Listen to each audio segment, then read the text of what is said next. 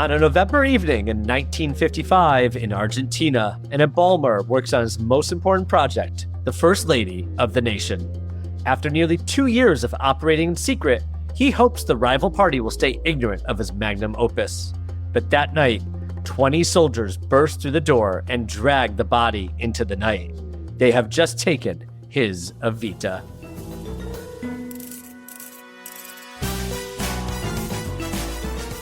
Welcome to Heist Club, where we've got a new heist story coming at you each week. We're here to uncover the details behind some of the most audacious and ridiculous robberies of all time. How they pulled it off, how they got caught, and the mysteries that remain.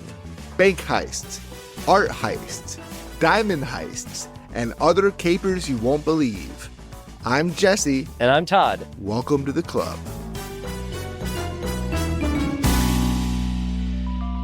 Hello, Jesse. Hello, Todd, and Happy New Year, and Happy New Year, Heist Clubbers. I know you missed us. We sure missed you, but we are back, and we've got a new and pretty crazy heist to kick off the new year. This is an interesting one today because we have done many different types of things that have been heisted, right? We've done cash. We've done gems and diamonds. Art. We've done broke art. We've done all kinds of art. That we have done an animatronic from Disney. Yeah. You know, so whatever. Anything can be stolen. Anything can be stolen, including a human body. Woo! I don't think our listeners said it with me when I said it. It's one of those like, say it together. A human body. Human body. Yeah, that's today's. And not just any human body, a famous human body, which actually, I wonder if there are probably other stories like this too. Was John Wayne stolen? Was Mickey Mantle stolen? All these frozen Americans waiting to be brought back to life through future of engineering and science. That's crazy. Yeah, I don't know. We'll find out. But no, today we're doing Eva Perón, Evita, as most people know her from the musical and the movie. And this is a story that is definitely not in the musical and movie as much as I think it should be. It seems like a big part of her story and Juan's to leave out. But I don't think most people don't know this. And we get to tell the story today. Yeah. I can't imagine that musical with her body floating around for the whole musical. That'd be pretty funny. It's a good point. Maybe it's hard to have an Evita the musical where she's just it's very Weekend at Bernie's, right? Are they keeping her alive? It's a really different third act where they're just shuffling her from building to building. That's why we need to write the sequel. We are writing Evita 2. Yeah. Evita 2, Evita never sings a song. Although, no, it could be like you go inside her head. What's the... we could do so many Diving things. Bell and the Butterfly, right? Where all of a sudden... yeah. It's like they may be comatose to the world, but what's going on inside? There's such deep thoughts. It's exactly like that. To get into the story, I do think we need some Argentinian history. Yeah. In which, I don't know if we are experts in that realm, but we'll do our best. You don't think so? Wait, Jesse, I'm sorry, are you? Are you a South American historian? Quite the opposite. I'm not sure what the opposite is, but no, I'm not. But we're going to do our best here. You are a North American not historian. That's the opposite of a South American historian. That's about right. No, that you nailed that. Yeah, I'm a North American who knows nothing about history, which makes you basically just an American. Yeah. Okay. So at 8:25 p.m. on July 26, 1952, newscasters across Argentina announced the death of First Lady Eva Perón. She was just 33, quite young, and younger than Madonna was when she played her in the movie. The country effectively shuts down in response to the shocking loss. Shops close their doors, restaurants kick out their patrons, even movie theaters cut screenings short, which is actually the first scene of the movie. Maybe the first scene of the musical. I've never seen the musical. I've only seen the movie version. But that is the first scene, which goes on rather long, and I'm not exactly sure what we're supposed to learn from the movie they're watching, except, anyway, eventually it ends and you find out she's dead. The government grants her a state funeral, something normally reserved just for heads of state. And a memorial is held in Helsinki during the 1952 Summer Olympics. And Pope Pius XII receives thousands of petitions to canonize her. So she is beloved by many. Why such an intense reaction? Eva Perón, or Evita, as she was lovingly referred to, was a saintly figure to Argentina's working class. She held the honorary title of the spiritual leader of the nation, which I think is very much captured in the movie, actually. She's on the balcony. She's singing to her people. They love her back. Yeah. Ava was a staunch advocate for the poor, or her descamasados, the shirtless. She built hospitals, promoted literacy, and led Argentina's women's suffrage movement. And Ava had such a deep connection to the poor because she was one of them. Her father was actually a rich man, her mother, his mistress. Although at the time, I guess it was common for wealthy men to have second families. Things were going all right until he left the family without warning and without anything to support themselves. So all of a sudden they were on their own.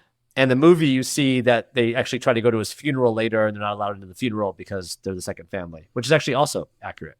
And then in her late teens, she moves to Buenos Aires, where she carves out a successful acting career and also works hard as a union activist. So becoming famous and an artist of her own right. But you could see already, not forgetting her roots, really thinking about the union and thinking about the workers of the country. And then her political activism leads her to Juan Perón, who she meets at a political event in 1944, and they get married the next year. In the movie, Jesse, we'll probably get into this more later, but have you seen the movie? No. You have not seen it. I have no excuse. I never saw it. We have talked about musicals before. Like you're into music, you're into movies, but it doesn't mean musicals are your number one, right? Right. Yeah. I appreciate musicals. I don't know all of them. It's hard to know a musical because you can't just watch it on Netflix if it doesn't have a film adaptation. Well, so sure, I don't know yeah. how to ingest Hadestown other than listen to it on Spotify, but that's kind of weird. I'm sure there are lots of YouTube bootlegs that I need to get into. I mean, I got on the Hamilton train just like everybody else. I saw that. I've seen Les Mis. I've seen a good bit, but yeah, not enough to see this movie. You make a good point in terms of there's the distinction between seeing it in a theater, like the stage version or seeing a movie version. Like I've never seen Evita on Broadway or anywhere. And I have to admit, I had not seen the movie until last night. So I'm no expert. What I do find funny is I would have been 15 when the movie came out, and 14-year-old me was very obsessed with Antonio Banderas. So because of Desperado. I mean, he's a handsome man too. But but because of Zorro. Because I think Zorro was after, right? I think Zorro was a year after Evita. That was in your prime fanboyness. Then. Yeah, I probably did see Zorro in theaters. Like I said, I didn't see it in theaters.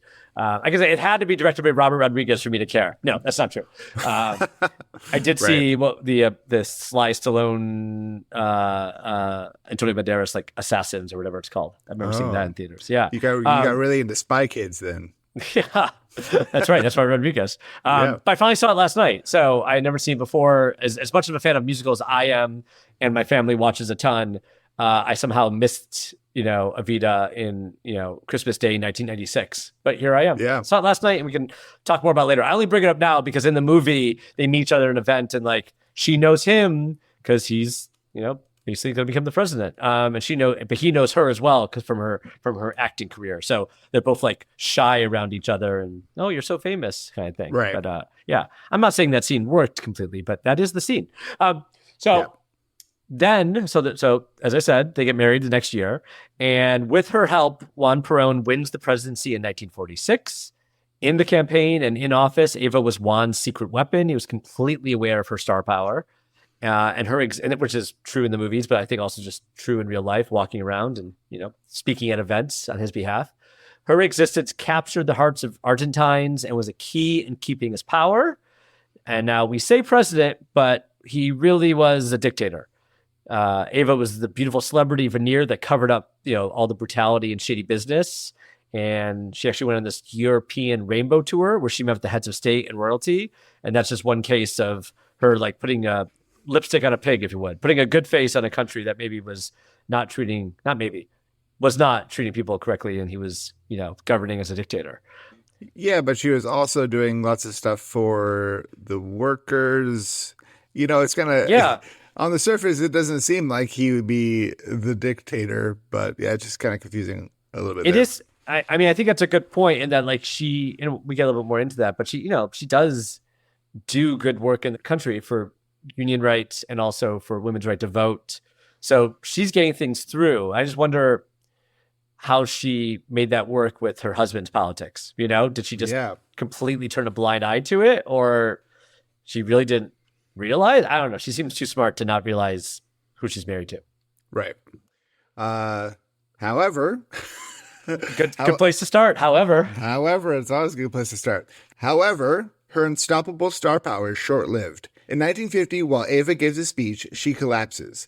Perón's government tells the people and Eva herself that it was just a bout of appendicitis and she has fully recovered after a quick operation. In reality, the doctors have grim news for Juan Perón. Eva has advanced cervical cancer. Juan and her doctors decide to keep this news from Eva, and more importantly, the public. Oof. If the Big people oof, knew, big oof. Yeah. big oof. From her, that's pretty crazy. If the people knew she was weak, his popularity might decline. He does not want to risk a coup by a military who is already looking for an excuse to act. I mean, okay, dictators in general, we can assume are not great people, right? I mean, maybe there's some benefit. Maybe there's some good dictators. I can't name one right now. But I've seen Sacha Baron Cohen's The Dictator. That's right. Yeah, that's all this North American history I need, right? Positive portrayal. Yeah, that's right. But even if you were somehow a benefactor of a dictator, not telling your wife that she's dying feels like, okay, yeah. Not crazy. clearly shows the respect you have for human beings, including your own wife, because he's just putting himself first, which is disgusting. That's very dictator of you, man. You gotta chill out, Juan. I'll say this. That was not clear to me in the movie that like the people don't know. I mean, it seems actually, I guess she doesn't know, but you're not sure that he knows. It's just like all of a sudden she's sick and she's not doing well, and then she's on her deathbed. Versus no, Juan is a bad guy. Like it did not feel that clear to me. Yeah. So instead of informing Eva of her condition, he forces her into painful surgeries and treatments under the guise of treating some mysterious health concern. Eva becomes the first Argentine to undergo chemotherapy treatment. Doctors convince her to have a hysterectomy, never explaining the true reason. Juan even had her lobotomized, likely without her knowledge. I mean, likely without her knowledge? It feels like... Well... What's funny, I mean, I guess it's not funny, is like, you would think you would know if you've been lobotomized at the same time. I know, I hate when I'm secretly lobotomized. Yeah, it's like, I mean, you had brain surgery, right? All listeners need to know is that you and I are shaking our heads as we read these bullets, as we say these things. We are shaking our heads as we say these things to you, because we are passing real judgment. Tisk, tisk is all I'll say. Yeah. Well, it's not all I'll say. I'll say a lot, including Say more. The kicker is that her cancer was likely caused by an HPV infection courtesy of Juan, as his first wife also died from cervical cancer. Okay, more shaking of our head. And I'll say, let's get on our high horse. Yeah. This could be a public service announcement. All children 9 and up, boys and girls included, should get the HPV vaccine. We're gonna go on this limb and say it. It actually prevents cervical cancer, and I could say do it for Ava, right? Yeah, do it for Ava. My son just got his shot, actually. My son just got his first one. He just turned 9. So whoa, we feel strongly. We don't want more Avas to perish in the world because of stupid men like Juan. Yeah, secretly deteriorating. Yeah, he also got married after Ava. Like, he has another wife, right? Another one. Yeah, exactly. Yeah. So like he just keeps doing this. I'm gonna breathe. I'm gonna calm down. Okay. Yeah, I know. Despite suffering from great physical and mental anguish, Ava pushes on. She exceeds in winning women's suffrage and votes for the first time for her husband's second term. She also continues work on her book, My Message, great title, My Text Message, which she has to dictate to a scribe because she's too weak to write. In her last public speech, Juan holds her upright, and the vehicle processional to celebrate Juan's second term, she is kept up by a strong corset. Ava never knew why she was so sick. That's so messed up. So messed up. And she also never knew the contingency plan brewing behind the scenes. Juan needs Ava, and with her death imminent, he needs to find a way to keep her influence, even post-mortem. And we know this is a lot of backstory and information in politics, but it's very important for setting up the story so you know why the heist that happens does take place. Kind of crucial information, right, Jesse? Yeah, it's coming. Just hang tight. We got to get through the politics. I mean, even though it's fascinating and interesting and amazing. Yes. just, maybe not what you normally come for Heist Club, but hey, we are a well-rounded bunch. Right, guys? Right, Heist Clubbers? Yeah. Yeah. Oh my God, I heard one. How did that happen? That's so crazy. Whoa. This technology is getting amazing. We Interactive heard them podcast. from the future. From the future. So now enter Dr. Pedro Ara, a master embalmer and a bit of a mad scientist. And one of his signature moves includes whipping out the embalmed head of a peasant he kept in his bag. That's a good move. That's a good signature move. That is not a signature move I have seen before. I gotta steal that one. Did that impress just people? Have a head. Hey, look at this. No? Whose head is that? Why are you carrying that? This just a peasant. This poor peasant. I know. So maybe not. I think we might say he's a bit of a weirdo. He actually preferred the label artiste. Of course he did. And that's what I'll say when I'm arrested for owning a head. Yeah, I'm just an artiste. I did have a roommate years ago who kept a dead bird in our fridge, and she was an artist, but I never saw her do anything with it. It was just like, why? It was in the freezer. I remember being like, reaching something. I was like, oh yeah, bird is still in here. This frozen bird. How long was it in there? I mean, I lived with her for only a year. It was my good friend Becky and I lived with her together, and then after a year, we moved to our own place because we were like, yeah, that's enough of that. But it was in there for, I don't know when it came out. She stayed in that apartment after we left. That's rough. Yeah, I remember like having mice in the freezer because I lived with a snake at one point, but that's a little different. Did you live just with a snake, or did someone own the snake? Yeah, me and my roommate who was a snake. The snake was like, we need to have mice in the freezer. He'd be at his computer typing away. He'd be like, Mr. Snake, are you going to eat these mice? They've been in the freezer forever. He said, leave me alone. No, it was my roommate's snake. I kept forgetting that there was a giant snake in our home. It wasn't cool. And then you'd see the mouse and you'd remember. I will say, I think a frozen bird or a frozen mouse in the freezer is a lot better than a head in a duffel bag. I would say it's pretty different, but that's all we have to relate. Yeah, it's all we got. It's all we got. We have all lived with artistes. Anyway, so Juan Perón believes that Dr. Ara is perfect for the job of preserving Argentina's sweetheart.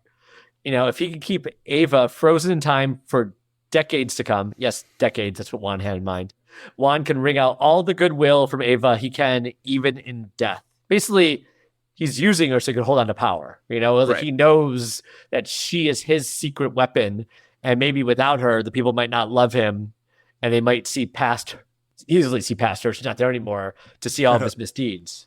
So, and then of course, Dr. Ara couldn't have been more excited about the project. He's been waiting for a call like this. So this is, by the way, this is also before she even dies. So Dr. Ara is waiting for Eva's impending death. He already starts crafting a super secret embalming technique that will keep Eva forever. So the minute Eva dies, Juan Perón's people drag Dr. Ara out of his home into the palace. Like it's immediately, the plan is taking place. It reminds me of the Armando Iannucci movie, Death of Stalin. Did you ever see Death of Stalin? Oh, I did, yeah. Oh, he's ridiculous. I mean, it was a little bit less about like, what do we do with the body? Although I think that was in there a little bit, but it's much more like, he's dead, now what? Like you're in that moment and who's going to take over? And right. That's a great movie. I love that movie.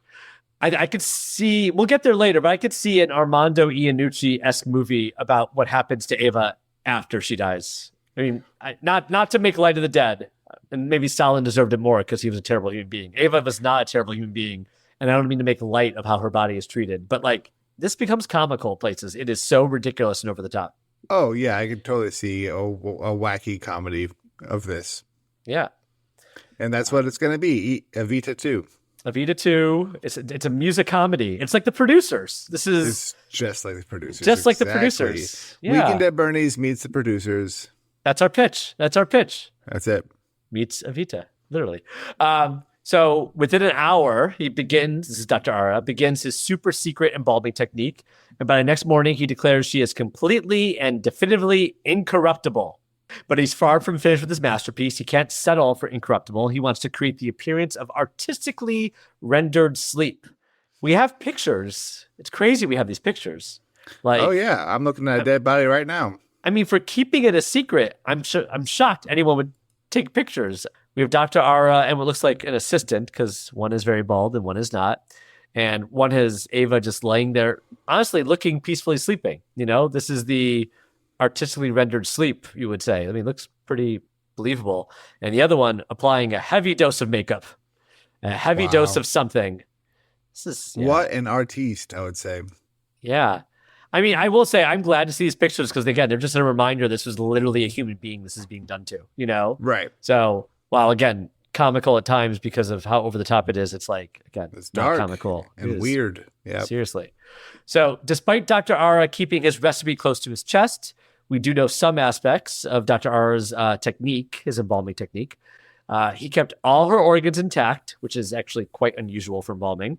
And he only made small incisions on her neck and foot where he inserted a special mix of alcohol and glycerin to replace the fluids in her body. Okay, that's all you need, I guess. I mean, well, not all, actually, Jesse. He also injected her with wax and other preservatives and coated her in a thin film of plastic. Oh, that's all you need, apparently. She's like turning into a doll. It's it's very doll-like, covered in plastic. Oh, definitely. Filled with wax. This is a man who did not play with dolls when he was a kid and really wanted to, and now gets to turn, the pride of Argentina into a human-sized doll. This is so dark. Dr. Ara, the new Ryan Murphy Netflix show. Oh, that's right. Oh, he would totally go there. His main concerns were the chemotherapy burns and her significant weight loss. She was only 79 pounds at the time of her death. That is not a lot of weight for a human. What one more reason they filled her with wax and all these things? Maybe they thought it would. I'm trying to use the term. Put some pounds on her. Yeah, they're just like experimenting on her body. Yeah. Yeah. It took 1 whole year and $100,000 in costs, which is $1.2 million today, until he felt mostly satisfied with his work. So he was doing this for a year. That is crazy to me. That is so crazy. After a week of like how long does it? What are you doing? Like, I don't know. Are you doing for a year? I totally agree. It's like we said the things he put in her body. Maybe it was like, oh, that's not working. Okay, a little bit more glycerin. Okay, too much wax. It's like, yeah. Or he made an incision in her foot. He's like, all right, well, I'm not doing it the normal way, so this is going to take about a year to flow through. Yes. Yeah, maybe I should have cut her somewhere else. Yeah. Odd choice, doctor. But let's backtrack. Following Ava's funeral on August 10th, 1952, a couple weeks after her death, Perón's government transfers her body to the Ministry of Labor. The crowd around the procession was so massive, 20,000 people suffered crush injuries and 8 died. Ugh, that stuff scares me. Whenever I hear about like Travis Scott, that's what I thought of. Yeah, just mass audience, people being crushed. Yeah. It's just like, that is the scariest thing. No, thank you. I can't imagine that. I've been to so many concerts in crazy crowds, but I've never been in a life-threatening situation. No, thankfully. There was one time in a mosh pit where I was under a bunch of people that it took a little too long to get me up, and I was like, wow, I'm stuck under here for a while. This is kind of scary. That's not good. Even if it was just 10 seconds, it was still not good. I feel like most of my mosh pit experiences were smaller crowds, so it was safer, Yeah. I thankfully never had to worry about that. Yeah, well, luckily I know about it. Anyway. Jesse, if I was there, I would have reached for your hand and pulled you up and saved you, just so you know. I would have. Well, I think there's a lot of people trying to do that. I don't want to give mosh pits a bad name. It's always help people up. Well, it's true. I mean, in general, I agree. They're very supportive in my experience, too. Yeah. So supportive. Yeah. I mean, I could talk about that for a long time. Well, it depends on the scene. Anyway. Yes. Anyway, back to 1952. For the 13 days she lay in state at the Ministry of Labor, an estimated 2 million mourners packed the streets in a massive line to view their Evita. Florists ran completely out of stock, so flowers had to be flown in from Chile to compensate. Once mourners got to her body, they say she smelt of almonds and lavender. We didn't mention, Dr. Ara also filled her with almonds and lavender, or it was... Yeah, maybe that's what glycerin just smells like. Oh, yeah, now we know. Probably not, yeah. It was claimed that even in death, she had such beauty that Juan Perón tried kissing her as if to rouse her like Snow White. Okay, this plays because I do think we now look at Prince Charming as Snow White's sleeping. This is maybe sexual assault. Juan Perón seems like the type that would go there too. wasn't Yeah. exactly respecting Ava's body in any way when she was Right. sick and now when she's dead. So yeah, of course he tried to kiss her. Yeah. Of course. Other mourners say that Ava looked artificial and wax-like. I So believe maybe not them. as- I believe them. Yeah, it looked like a dead body. Yeah. One visitor said that when they tapped her body, it rang hollow like a mannequin. That's upsetting. Who's tapping her body? Don't knock on her body. Oh, knock on wood. Yeah, that's weird. Don't touch her. I mean, bodies should not ring hollow like a mannequin, but also you don't tap a body. Was it also Juan? Maybe that was also Juan. And that's the PSA we want to bring up today. Yes. Next time you're at a funeral, don't tap. No tapping. No tapping at a funeral. And if it does ring hollow like a hollowed out tree stump, call the authorities. Yeah, immediately. Maybe Dr. Ara is still living somewhere, in hiding. Oh, yeah. Maybe he's immortal. That's right. Well, if this is what he did to Evita, what did he do to himself? That's a good point, Jesse. Good point. Oh, self-embalming. That's a whole thing. Ooh. What a way to I go. hope it's not a thing. Yeah. I don't want to know. We're not going to go there. But through it all, always watching was Dr. Ara. After 2 weeks in the Ministry of Labor, Perón's government transfers her body to the General Confederation of Labor, similar name, but different building, while construction resumes on her monument and tomb. It would be larger than the Statue of Liberty, with Ava laying in a glass coffin at the base. Juan's plan is pretty obvious, stoke the continued worship of his wife to maintain power. Statue of Liberty's huge. That's quite a... I know, that's bigger than I think we were probably imagining. That's like... oh, for sure. That's crazy. That's a monument of its own for sure. But we should point out immediately, the monument never reached completion, never finished. So he did not see that come to fruition. Yeah. I'm okay with that. Right. On June 16th, 1955, Juan Perón flees to Spain following a 3-day civil war called the Freeing Revolution, led by General Pedro Eugenio Aramburu. And Dr. Ara waits for instructions on what to do, and most importantly, how to get he and Ava out of the country, but word never comes. Luckily for him, Ava's location was known by few, and those who knew are either dead or in hiding.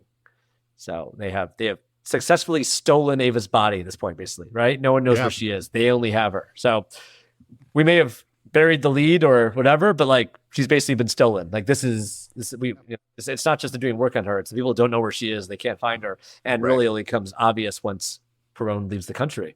So with all that going on, Dr. Ara actually keeps on business as usual, working on Ava's preservation. He's clearly obsessed, right? Like there's so much going on in the country. He has fled the country, and Dr. Ara is like, well, my work continues.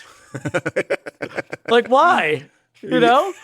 I mean, he carries a human head. This guy is not okay. It's been more than a year, right? Like, even though he technically finished after a year, he's like ever the perfectionist. He's always constantly working on this. Like, that is like some serial killer stuff. It is. What could you possibly do? After 2 weeks, what is left to do? I don't know anything about embalming, but I'm standing by that. I give you a full 2 weeks, even though it seems like you could do this in a day. Yeah. I mean, I don't remember how long it was in Psycho when you find, this is spoiler alert, when you find out it's his mom, and she's clearly like not embalmed, right? Like that's like, you're seeing bones, but like this feels Psycho-esque, Right. Wait, Anthony Perkins is the actor. What's the character's name? Bates. Oh, Bates. Oh my God, of course. Norman Bates. That's right. My God. Okay. There's a show on A&E. What was it called?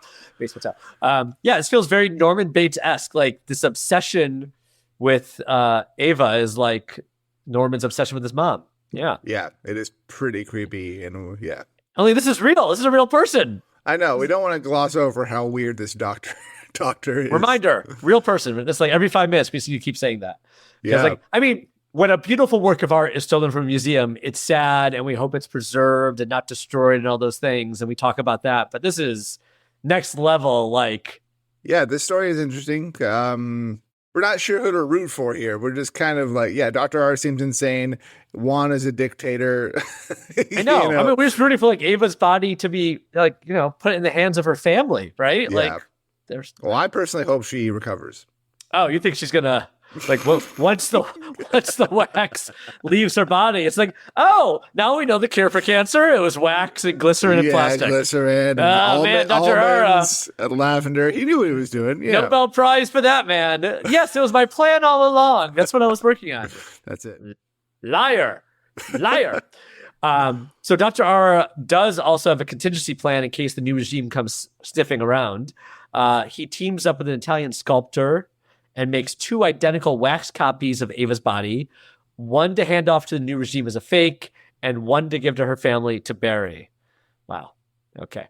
So, I mean, I guess that's, if this was a different kind of heist, we'd be like, wow, impressive. You made 2 fake versions of the diamond. Like, I mean, it's way to get along with it. It's pretty fun. I mean, it's just, again. Fun is the wrong word, but handing off a fake body, like, here's a corpse. Yeah.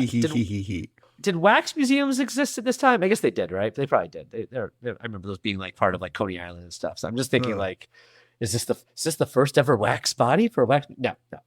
Yeah, man.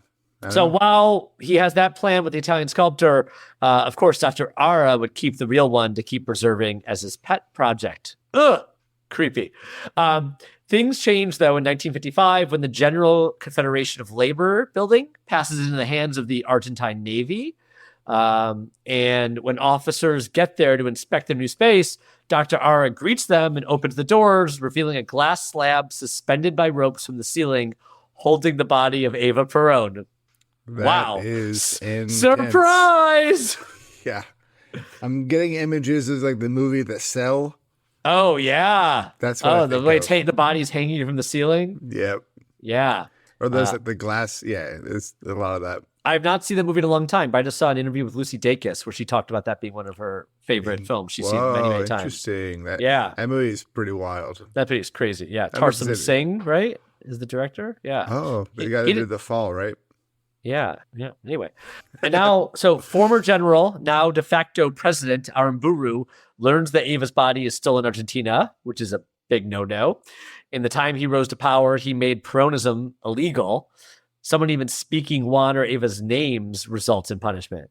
So President Aramburu fears that the Peronists figure out her location, they will steal it and make her a symbol of their struggle. He actually had heard rumors before of a plan by the Peronists to steal her body, place it in a boat adorned with flowers, and sail it down the river to trigger their uprising. So apparently they've been looking for the body. They're like, where is she? Right. Obviously, they know Juan is fled to Spain, but no one knows where Ava's body is. So Aramburu put it plainly: whoever has the woman has the country in the palm of their hand. And the Undersecretary of Labor has said, my problem is not the workers. My problem is that thing on the second floor. So clearly he knows, and also he calls her that thing. Yeah. Again, lack of respect. But I guess the answer to this problem is obvious: a heist. They need to get Ava's body before the Peronist. Who wins? Find out after the break.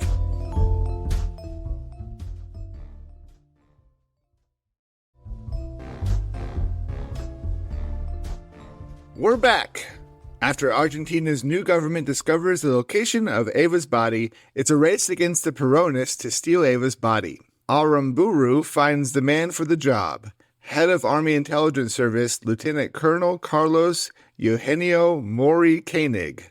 Another Eugenio? Wasn't Aramburu also a Eugenio? There's a couple of Eugenios. Wow, this is the most Eugenios we've had in an episode yet. You're right. Right? That's a great point. Before this, our high was 0. 0, yeah. Now we have 2. Well, we can finally use the board we made. Put it up on the board. We made this Eugenio board.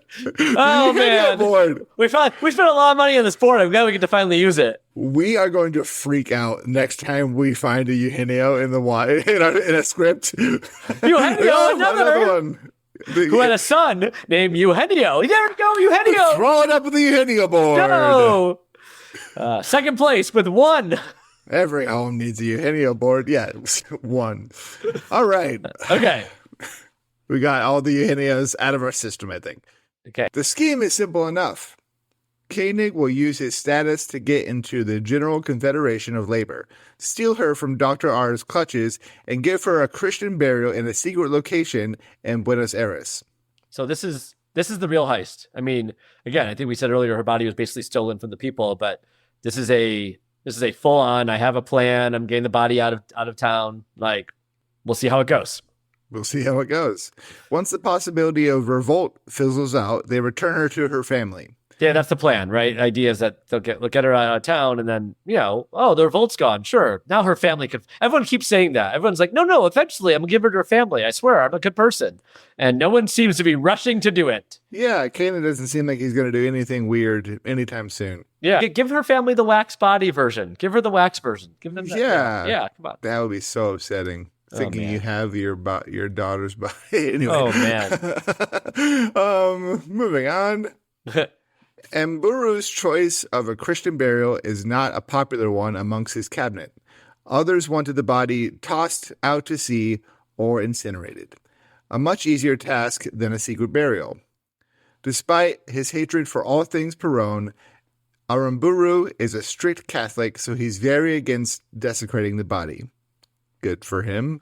Therefore, the Christian burial is non-negotiable, and he told Colonel Koenig as such. Additionally, it would make the military look bad if it gets out that any harm had befallen Eva. Antonio Arandia arrived at the GCT building under the cover of darkness and the perfect diversion vehicle, a flower shop truck. Genius. If the guards aren't already aware something was up, the 18 soldiers trailing behind Koenig and Arandia send a strong message. I have thoughts on 18 soldiers. I feel like normally when we talk about heist, it's usually like, let's do it with as few people as possible. We'll be in there quietly, This is like, no, this is very much like a military version of a heist. It's, they're sacking a building. Yeah, it's not very sneaky. No, this is not like the CIA. This is not like doing things in a covert way. This is full on force, run in, steal the body. Yep. And scare them with our 18 soldiers. I mean, I guess it's still a heist, even if it's not sneaky. Yeah, I mean, it's still stealing something. It's just a little bit less cinematic and creative than the heist that we're used to. It's just running and screaming is a little different for sure. Yeah, exactly. Well, I feel like there's a lot of running and screaming in Dog Day Afternoon. Well, that's true. That's 3 guys. It becomes 2 guys. It's just if they did 18, that'd be crazy. Anyway. Yeah. Koenig bids a hello to the guards and informs them that they are relieved of their duties for the night. Not arguing with the colonel and the small army behind him, the guards step aside. Once inside, Koenig and his men storm the 2nd floor. If the Peronists beat them to Eva, it's going to be a bloodbath. They kick down the doors, guns drawn, ready for a firefight.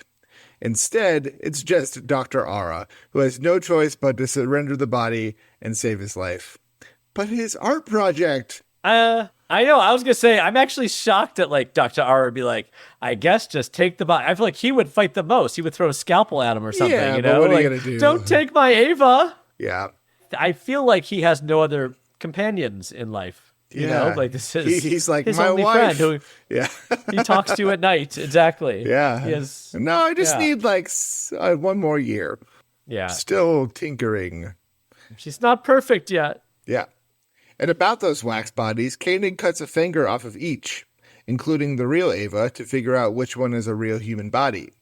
What a fun game. The fakes can be destroyed. He has no use for them. Wait, how does Catholicism feel about cutting a finger off? Because it's all about no, we must give her a proper burial, but don't worry about cutting off a finger in the process. Yeah, you don't need a full body. Yeah. That's desecration of a body. That's desecration. Oh, for sure. I'm no Catholic. I'm the furthest thing from a Catholic. Yeah. Maybe not the furthest thing, but I'm no Catholic, but that feels not like what they'd want you to do. Well, hey, priest, is this all right? Yeah, I think in the Bible it says, if you shall have 2 wax bodies, it is allowed to remove 1 finger of each. Yeah. No desecration of human remains, unless you're in the situation where there's 3 versions of this human, and you're trying to figure out which one is the real one and which 2 are wax. In that case, go ahead, cut a finger off. Yeah, I remember that. I remember that, yeah. With Ava in custody, Koenig orders his mid to depart. Now alone, Koenig loads Ava's body onto the truck and does nothing.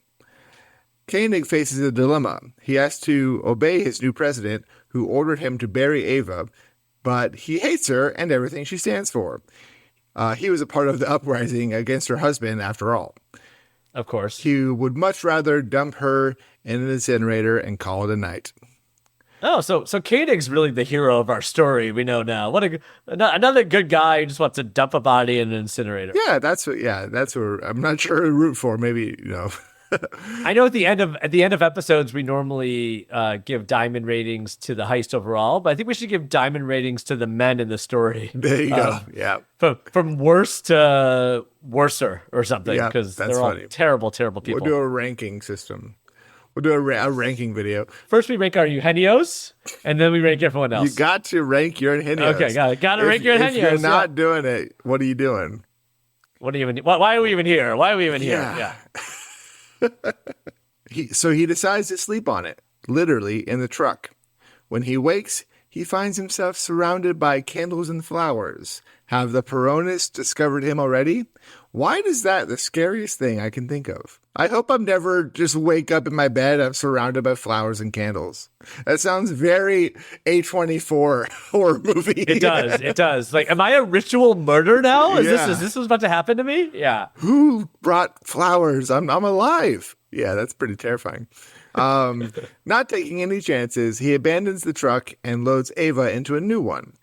So we should keep a tracker every time she's in a new location. He drives to a new location in Buenos Aires and spends another night in this new truck. He wakes up again, surrounded by candles and flowers. That's so scary. Who is following him and putting flowers? It keeps flowers? happening. I mean, no, now it's a ghost story. I want to know the about ghost these of flower Oh my God, people. it's Ava's ghost. Yeah. It's Ava's ghost. She deserves to ruin these people's lives. Yeah, she does. He takes her all around Buenos Aires like a post-mortem Rambo tour. He hides her behind a cinema screen and stashes her in the waterworks building. But every time he feels the eyes of the Peronists fixing on him, I mean, they know where he sleeps and puts flowers, all around him. I hope or he's that just never seeing it, happens or he's to just me. making it up. Yeah. Or it's all the embalming fluid from Dr. Ara's office is getting to his brain. Yeah, he could have been paranoid. Or was he right in his suspicion? Meanwhile, President Aramburu is none the wiser, believing Ava has been laid to rest and a potential uprising buried with her. What seals the deal is an anonymous, threatening phone call demanding Koenig leave Ava alone. That's it. He's not getting paid enough to deal with this. He tries to dump her in a Navy unit, but is swiftly denied. So he turns to his partner in crime, Major Arandia, who stashes Ava in his attic without telling his pregnant wife, of course. Why would you tell a woman anything in this story? Enter another terrible man. Yeah. That is the subtitle of this episode. Enter another terrible man. Yeah, really rolls off the tongue. Yeah. Every time a man enters, just assume they're going to do something terrible to Ava or someone else near them. Paranoia soon consumes Arandia after fielding questions from his wife on why she can't go to the attic and having to save face in front of Aramburu. Pretty scary stuff. But a more pressing issue haunts him. If Peronists can track Ava all around the city, surely they'll eventually find her here. One night, Arandia hears noises in the attic. Have the Peronists come to claim their Evita? He rushes into the attic with his gun and blindly shoots at a shadow.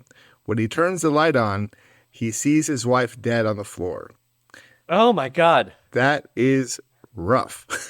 I really do think this body is cursing people. I really do think it's possible that Ava's ghost is there. Again, rightfully so. Everyone who's just taking her body away and not giving it to the family, they're either seeing flowers and candles surrounding them, or in this case, he's literally just killed his wife. No, it's becoming very spooky. I mean, it starts off with weird embalming, and now it's insane. I mean, he's clearly not doing okay if he just did that on accident. Arandia obviously doesn't want the body anymore. He's over it after accidentally killing his wife, I guess. That was He's got a new body to take care of. He's like, how many dead wives can I take care of? Exactly. This is turning into a Tarantino film. It's like, I got so many dead wives in my attic. What am I going to do with them? Please, you take one of the dead wives, please. That's it. So take my dead wife, please. Yeah, he does that. So he dumps her back on Koenig, who tries to take her home too. His wife is at the door saying absolutely not. So Koenig's wife Good is for her. Yeah. I am not going to be killed like Arandia's wife. Please someone don't let that put happen the to foot me. down. Yeah. I don't trust you. Where to go now? He decides it's best to keep her close and places her in a closet in his office. What? In a standing position. Will the Peronists find out and steal her back? Hear what happens after the break.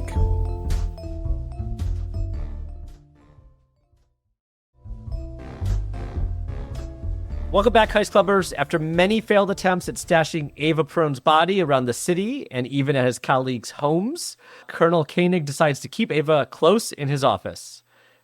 Can't say Jesse and I understand this decision or condone this decision. It's almost like Dr. Ara did too good of a job of preserving her body. Everyone's like, I could put her anywhere and it's okay. Yeah, I guess he did such a good job that it's not mortifying to have her around. You know, like. I mean, I haven't said it yet, but Koenig keeps her in his office closet for a year. She's there for a year. It's just. Yeah. Yeah, I don't know what. I'm kind of speechless. I mean, I don't know. Yeah, I know. I feel like we've never had this reaction to a story before, you know? Maybe this is why we do heist podcasts and not murder podcasts, Jesse, you and me.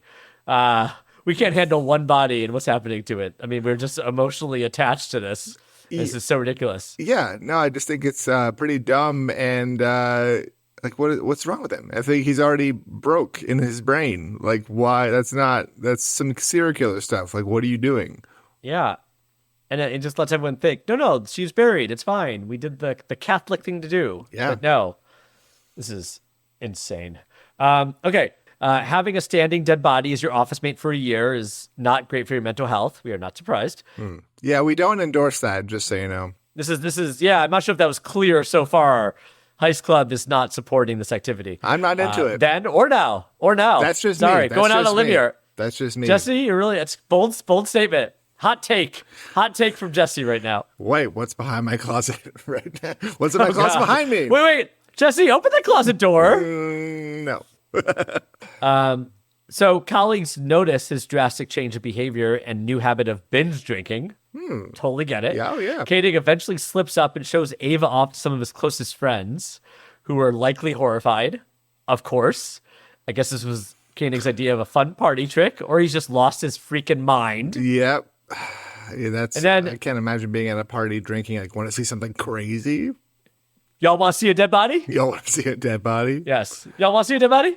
It's very, very stand by me, but not exactly what you think. Right. And then, of course, Aramburu finds out, finally, thank God.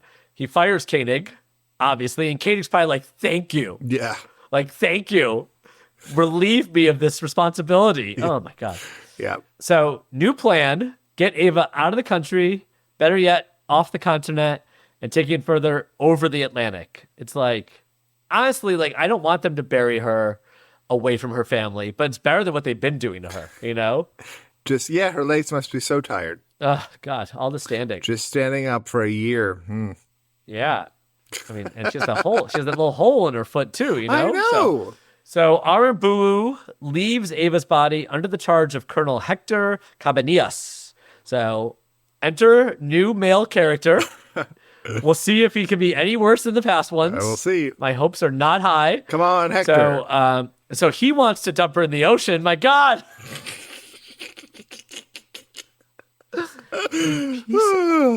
Ugh.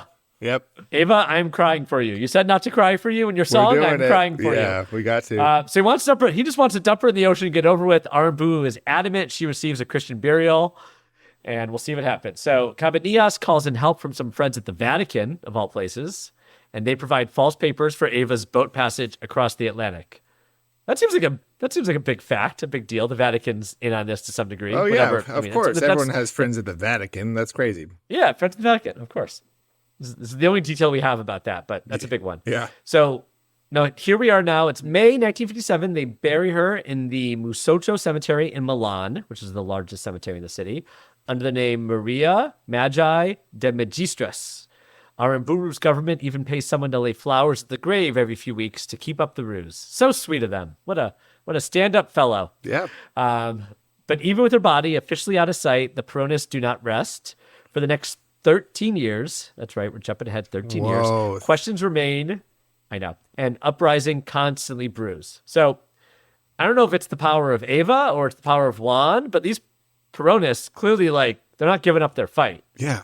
Eva and Juan had real influence over the country, and that is clear because 13 years later, they're still asking, where's the body of Eva Perón? There's graffiti around Buenos Aires saying, where's the body of Eva Perón? So, yeah, that's crazy. So here we are, 13 years later, 1970, and the lid on the pressure cooker finally pops. Peronist guerrilla group, the Montoneros, kidnap Aramburu, who is no longer president, but still holds a lot of power in the country, and they demand Eva's return. Negotiations fail, and the Montoneros kill Aramburu. So not a happy ending for him. And, you know, I know he was very Catholic. He followed his religion. I don't want to say this is what he gets for what he did to this body, but yeah, I don't know. A tiny bit of kind of justice feels like to one of the evil men in the story. A little bit of, yeah. Got his comeuppance, if you Yeah. would, 13 years later.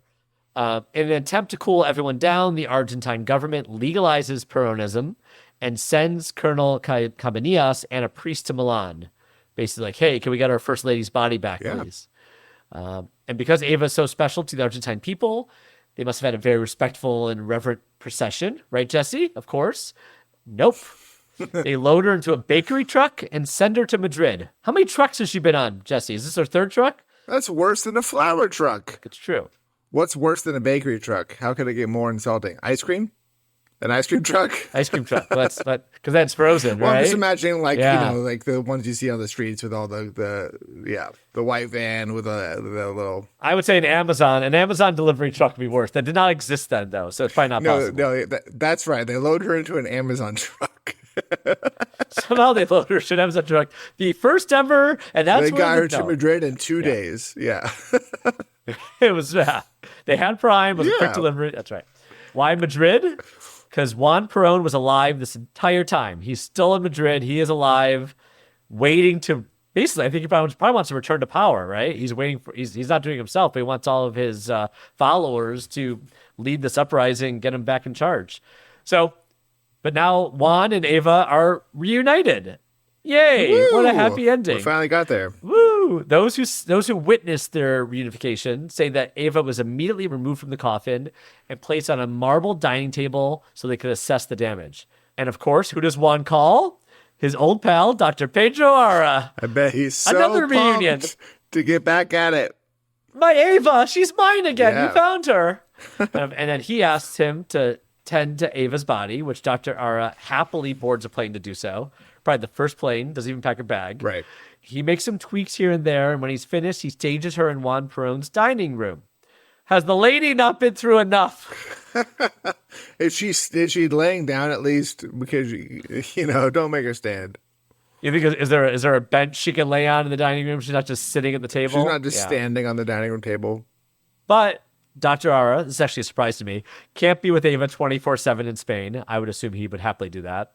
So she needs a new caretaker. Juan Perón's new wife, Isabel, takes that role.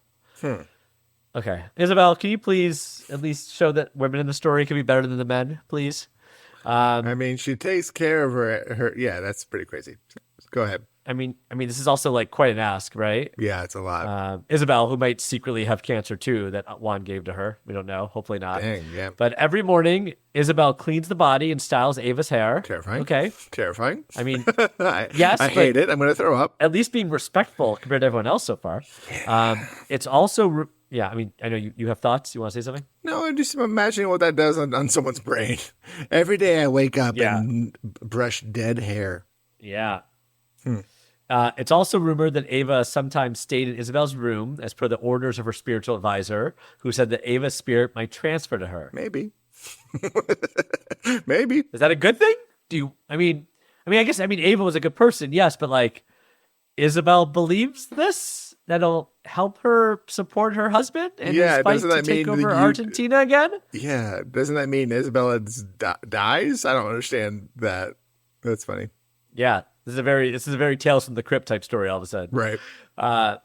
Okay, so I guess the adventure is over, right? That's it, right? yeah. Nope, of course not. Wrong. oh. Of course not. In 19, we're like exhausted of this. This is like, just get her home, Get her home. please. In 1973, the Peronists managed to get Juan Perón reelected from Spain, so he returns to Argentina. Okay. I mean, again, like in general, Juan was not a good dude. I don't think he was good for the country. But if this somehow means that Ava can return home, then I guess I'm all for it at this point. Just so You heard it finally first. get her some type of ending. Todd is all for dictatorship. You heard it first. That's right. I am not for dictatorships.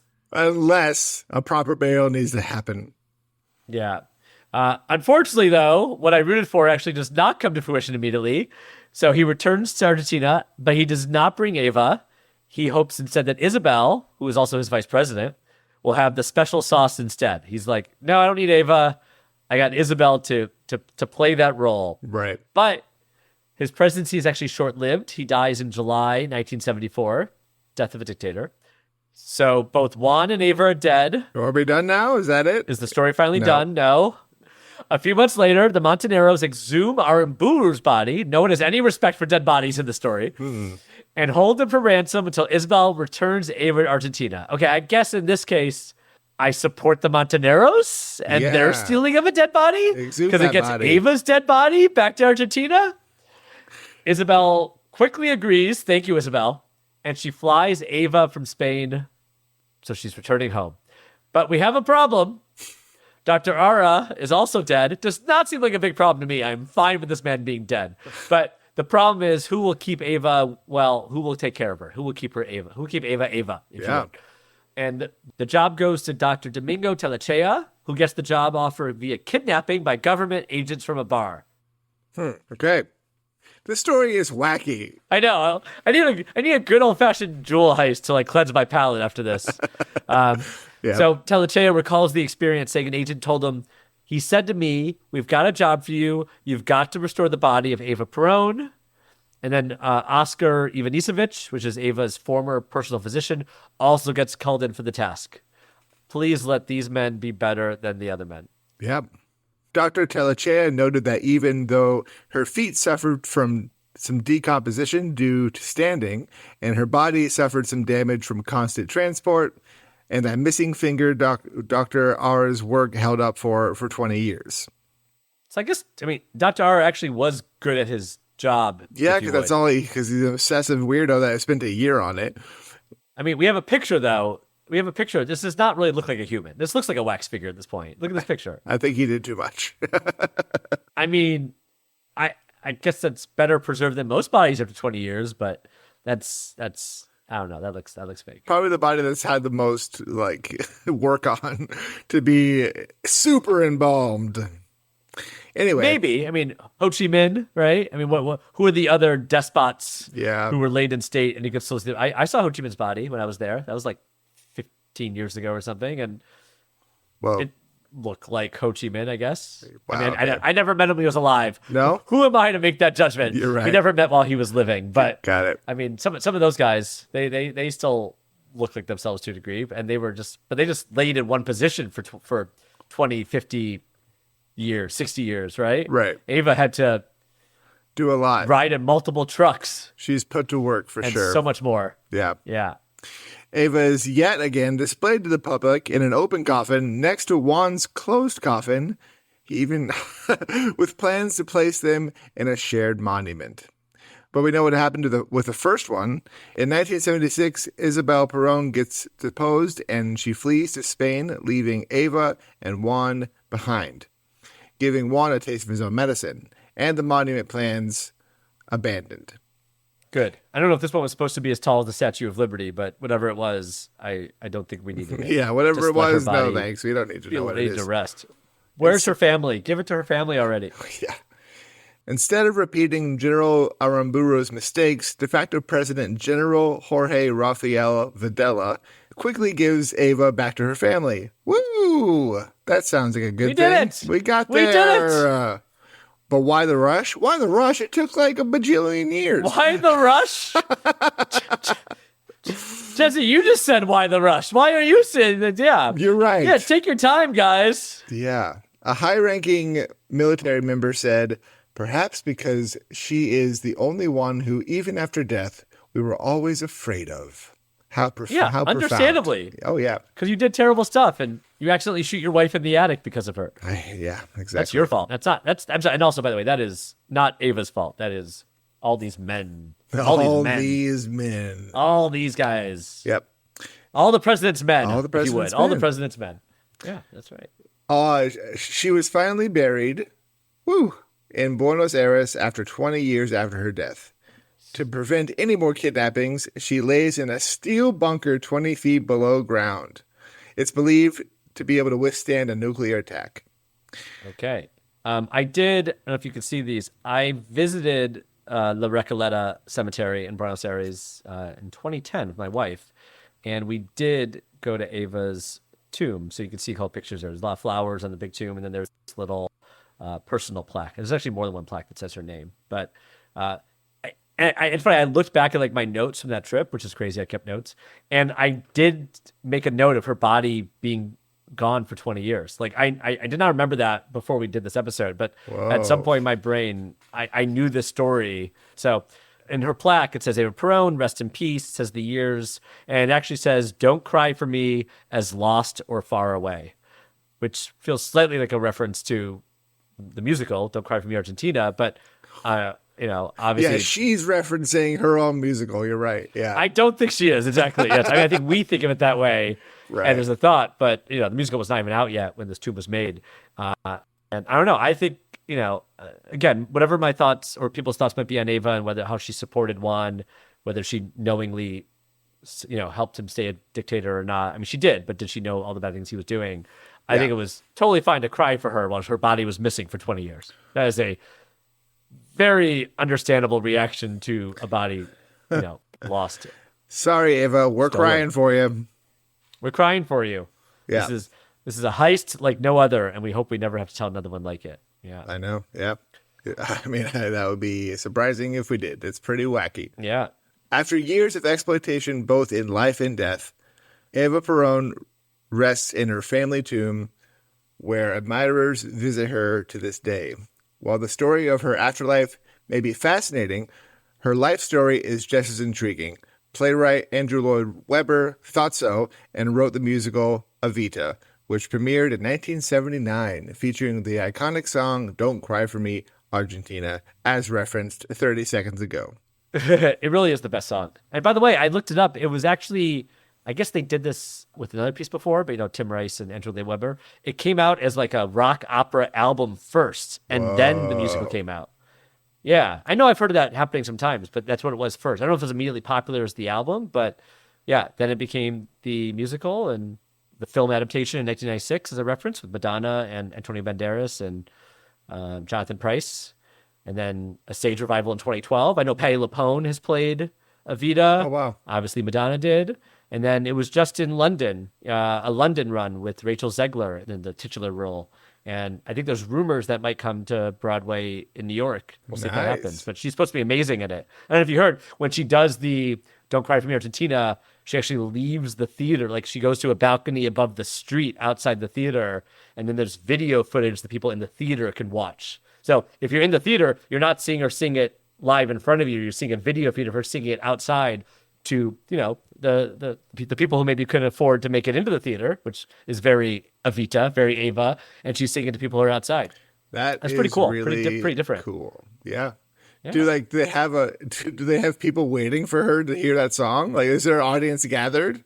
I think just naturally people word got out, so people will make sure they're outside around that time to see her sing it. I mean, also as I've kind of hinted at, I didn't love the movie musical, and that song definitely has a high point. So for me, I'd be more than happy to miss most of the musical and just be outside, see that song. Wow. I'll just see the best part for free, and then Rachel Slade. That song is amazing, and now I get to go get some fish and chips. There you go.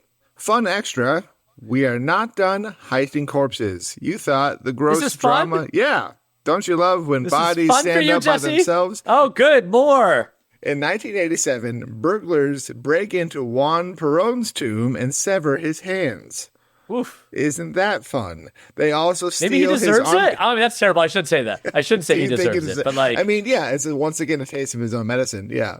it is. It is absolutely a taste of his own medicine. They also steal his army cap and sword, but the hands are most important. They send a ransom letter to the Peronist Party demanding $8 million for their return. This is both a monetary and symbolic motive. The hands were a symbol of power, and stealing them was a symbolic protest of the cult of Perón. The Peronists refused, and the hands are never recovered. Oh, wow. So we are going to do a future episode, The Hands of Juan Perón. Yeah, the hands got to do their own little tour. They got to go to Madrid and all the places, and then they'll be recovered, and then we'll do an episode about it. I hope that whoever stole his hands was a woman or a group of women. That would be perfect retribution for all the things that men did to Ava. Yeah, we need some evil women in this story for sure. They're not, but that's not evil. No, I know. That's like, I know, again, I know. like It would be refreshing. if a woman does it and that's why she does it, I'd be like, good for you. No, it's great. That's a good Catholic in my eyes. Yeah, exactly. I am in full support of women stealing hands. You heard it first. I'm on record. Okay. Yeah. But I think now we're all cut up, and that is the full wacky story of the body of Evita. Yeah. So if you're ever in Buenos Aires, go visit, and not only to pay tribute, but also to just be amazed that that body somehow got there, that her family finally got the body back. Yeah. After so many years of weekend at Bernie'sing her. Weekend at Bernie's. Yeah. Exactly. See, that's a term people say, right? Of course. Let's do diamond ratings for every character. We have a diamond rating for every man. No, a diamond rating for the heist overall. This is a tricky one. It's hard to not bring emotions into it. Yeah. I mean, is it a good in many heist? ways? No. In many ways, they did the job for a long time, right? They kept Ava away from Argentina. This is also assuming that this was correct at all. That if they would have found Ava's body and all of a sudden the Peronists would have risen to power. We don't even know if that's true. Right. This is just desecration of a body for the sake of it to a degree. And so, I mean, they got the body out. They got it to a foreign country. They got it buried. They got it to Spain. They got it to so many places. I don't care. I mean, I feel like it's supposed to be just the heist. I want to give it negative 100. Let's do that. I just want to give it the worst possible rating because I hate these people so much. Yeah. And they really were bad at it. They really were terrible. Keeping her in a closet for a year, keeping her in your attic and shooting your wife when you think someone's breaking in. I just think it's a terrible, terrible heist. They're just terrible people doing a terrible thing. What's the opposite of a diamond? Is it coal? Maybe our coal rating. They get 5 Yeah. barrels of coal. You get a barrel of coal and you get no diamonds, guys. I think that's absolutely true. Yeah. Yeah. They no diamonds. I can't give them any diamonds. I don't want them to. No diamonds to Arburu, Koenig, Ara, Cabanillas, Juan Perón. Yeah. They all get coal. Coal in your stocking. Coal in your Catholic stocking. No crying for these dudes. Yeah. Madonna and I spit on your grave. How about that? That is a sentence. I want that as a t-shirt. Instead, we'll go upstairs and watch A League of Their Own, which would make me in such a better headspace. Oh yeah. Such a more fun performance, a more fun film. This is our advice to you. This story is probably, you're all depressed now. A League of Their Own. You're looking at your common man like, how dare you? Go watch A League of Their Own. Go watch A League of Their Own. Madonna's finest performance. Just a wonderful movie I've seen so many times. One thing that Evita and League of Their Own have in common is they don't want you to cry. There's no crying in baseball, and don't cry for me, Argentina. Yes, yeah. So shed no more tears, heist clubbers. There's no crying in Argentina. There's no crying in Argentina. That's the name of this episode. There's no crying in Argentina. That's pretty funny. It's pretty good. Because Madonna. That's the crossover. Yeah. That people will finally get the connection after an hour. Yeah. There you go. Okay. Well, that's it today. Thanks, everybody. See you next week. And next week on Heist Club, we cover a man as notorious in the Old West as he is in legend today. The one, the only, Butch Cassidy. Plus, a special guest joins us to talk about what a badass Butch really was. Heist Club is a production of School of Humans, hosted by me, Todd Weiser. And me, Jesse Neiswanger. I do all the fancy audio and music editing too. This episode was researched and produced by Carolyn Talmadge. Our senior producer is Amelia Brock. Our production manager is Daisy Church. Our executive producers are Virginia Prescott, Brandon Barr, and Elsie Crowley. Join us again next week for Heist Club, and don't forget to rate and review. Thanks.